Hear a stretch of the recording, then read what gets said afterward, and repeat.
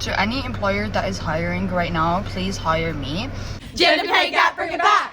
Gender pay gap, bring it back. It's giving millennial core. It's giving millennial core. Women should go back to the kitchen. Women should go back to the kitchen. Try not to cringe impossible. Try not to cringe impossible. But wait, there's more. Gen Z boss and a mini. Gen Z boss and a mini. Itty bitty titties and a bob. Itty bitty titties and a bob. 5'3" and an attitude. 5'3" and an attitude. Back in the days, most of the time, you would wait for someone to make the first move. It might be on the first date, it might be the third date, whatever. It could be the man, it could be the woman. But now, all my friends have noticed that the man has stopped making the first move. All my girlfriends are like, they're waiting. It's the third date, fourth date, a week later. He hasn't gone in for the kiss. He doesn't do any touching or anything. And I've asked my dude friends that are single, and they are like, you don't know where a woman's gonna go with that story anymore. I ain't touching nobody. And it sucks. Stop saying that Gen Z is lazy and that no one wants to work anymore. It's just not true. A lot of us are actively trying to find jobs that we're qualified for. A few moments later. Come to the realization that I just don't want to work anymore.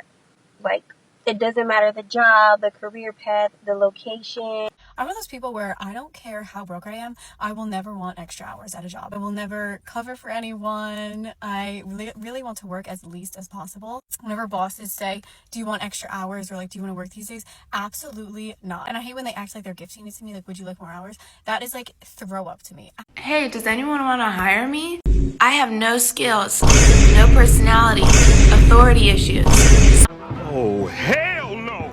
Social anxiety, a BFA in playwriting, horse girl, mommy issues. Can someone tell me where is hiring? Because I just want a job. I'm so bored and I feel like no one is accepting people. Can anyone explain to me how I have 2 degrees? I have 2 degrees. Oh, and a certificate. A little extra, right? I have a certificate. May not be a master's, but it's something extra along with the 2 degrees, you know? I'm trying to apply for jobs right now, and the thing is that the only person I have responding to me is a man from a tech company saying, "Hey, you want to answer some customer service problems?" This is the most humbled I've ever felt in my life. I'm literally holding resumes, a stack of them, so that I can go in person to places and say, are you guys hiring? It's honestly a little bit embarrassing because I'm literally applying for like minimum wage jobs, and some of them are being like, we're not hiring, and it's like, what? This is not what I expected. I graduated college with 2 degrees in communications and acting. I speak 3 languages. Oh. To the people who are seeking part-time employment in New York City right now, are you also struggling immensely? Because I've been seeking a part-time job, like literally just anything that doesn't require a degree. Like, I'm not even being picky, like hostess, food service, like retail, reception, whatever. I've been looking since mid-December and there's not been a single job. I have literally applied to over 100 jobs. Over 100 jobs. And I just like can't hear anything back. And if I hear anything back, unfortunately with other candidates, like, why are all of these places hiring but like won't hire someone? Like, I genuinely don't understand how there's hundreds of jobs out there but like I can't get one. Like, I don't really get how, like, where the disconnect is with that. Like, I should not have to apply to over 100 jobs to be able to get a job, and I still don't even have a job. Like, I'm gonna have to apply to 100 more somehow. Like, it's so frustrating, the market right now, and I just like don't know what to do. I lost my job on March 7th, 2024. I loved my job. I was marketing director for a restaurant group, a very successful one, 5 restaurants in LA that went down to 1 restaurant in Los Angeles in a matter of months. It's May 7th, 2024, and I still don't have a job. But why, Gailey? Why? I don't know. You tell me. I'm a pretty well-connected person, I would say. I think I'm likable on a good day. And I'm freaking out. Hey, y'all. So, why is nobody talking about how these hiring streets are like dating? Now, I've been out the dating game a long time, but a candidate almost ghosted me on Friday. So, I had an interview Friday. I'm trying to be fully staffed before I go on vacation in July. I thought it went really well. So, I called the candidate, offered her the position. She's like, oh, I need to think about it over the weekend. I'm like, okay, cool. even though that's new to me too. I'm like, if you need a job, you need a job. But I understand. So I was waiting on Monday for her to call me. Hadn't heard back. No email. Keep refreshing my email. I'm like, did she call me? Did I get an email? No. So then I call her, and she's like, oh, hello. Oh, yeah, it's actually too far from my house. Did you not know that when I called you on Friday? Maybe you were trying to figure out if it was going to work. But I was like, were you not going to call me and tell me? That's like when you go on a date and somebody don't let you know that there won't be a second date and you just don't hear from them again. Like, come on. Applying to jobs suck. I've applied for now 2 jobs today, and I'm tired and searching for jobs. So time consuming. I can't find any jobs that I like, that I'm even qualified for. These entry-level jobs are not entry-level. If you're asking for more than 3 years of experience, that is not entry-level. No world is 3 to 5 years of experience entry-level. That's not entry-level. Entry-level is 0 years. You just got out of college. You just got out of school. You fresh off the press.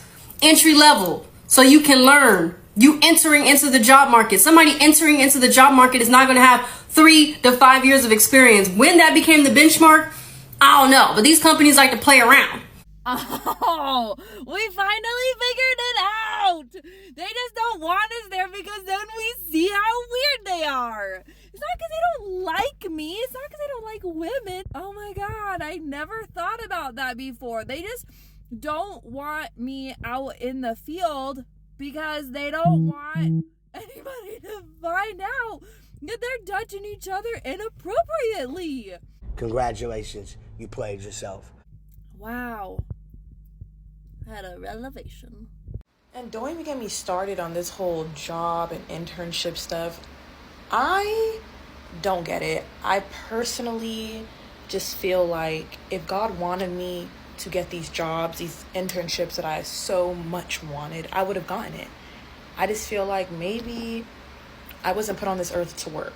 What? I know, obviously, I'm not the smartest person in the world, but I'm not the dumbest. Like, okay. So I look at myself and I'm like, okay, you're in college, you go to UCLA. I feel like that's a pretty good school, right? So why can't I get a job at McDonald's? Why can't I get a job at Walmart, at Cane's, at Jack in the Box, at anywhere? I've came to the realization a bitch just don't want to work. And don't. I hate it. I don't know how people can sit at a job for working 8 hours a day. I literally hate it, especially working for somebody else. Like, if my job offer VTO, we'll be taking it quickly. I don't care because I don't be having the mental capacity to sit at somebody else's job for 8 hours a day. When I complain about work and people are like, well, get a new job then. I'm like, no, I don't like working. It's not the job, I just don't like working. So getting a new job will not fix this core issue. So a paper came out recently that looked at the impact of the Me Too movement on academia, and it actually shows that post-Me Too, women's productivity fell largely due to fewer collaborations with male researchers. The paper shows that this drop is most pronounced at universities where the perceived risk of sexual harassment accusations is highest. So the actual findings comparing research before and after the movement are right here, and as you can see, after the Me Too movement, collaborations with male researchers inside the same institution fell to close to 0. The author points out that men feel like if they accidentally say the wrong thing, they could be canceled or fired. She also notes that institutions that have clear policies on sexual harassment help reduce this perceived risk. And this isn't just in academia. The paper also cites a 2018 study which showed that 60% of male managers are uncomfortable participating in common activities with women due to the same concerns. And a curious finding of the study was that men make up for the loss in this collaboration by just collaborating more with other men, whereas women don't make up for it at all. I've been applying to like minimum 20 jobs a day, and I've not heard back. I've had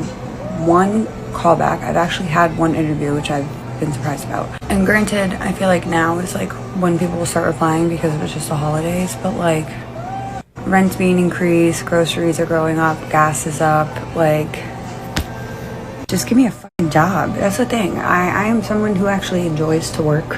It should be no reason why it's so fucking hard to find a fucking retail job or a goddamn fast food job. It should not be this hard.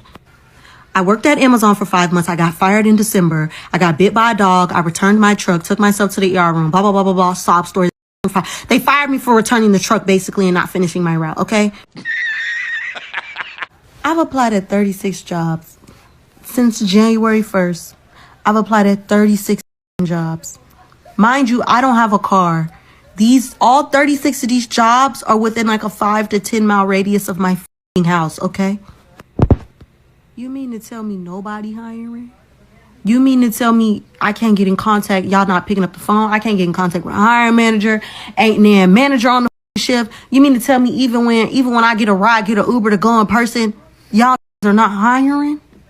So I used to work with all men, and people would always be like, oh, you must get hit on all the time if you work with all men. But what I had to explain was that actually in settings where it's like 70% men, 30% women, the women get hit on all the time. But in this case, I was literally the only woman on a 20-person team. And in those cases, the men just act like there are no women there and they ignore you.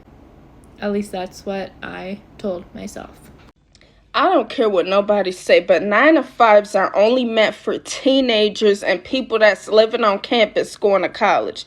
Something is wrong with you! The Me Too movement is something that was very big in our culture. All of a sudden, a lot of folks who had never thought about victims or victimization were coming forward and saying, hey, I was a victim too. And unfortunately, sometimes people lie about victimization. What was interesting about the Me Too movement is for a while, it became where you couldn't challenge anyone who said they were a victim without being labeled as anti-victim. The truth of the matter is someone can be a victim. Someone can also make a false accusation. Understanding due process in situations when accusations are made are very important towards seeing if someone is telling the truth or if a false accusation is being made.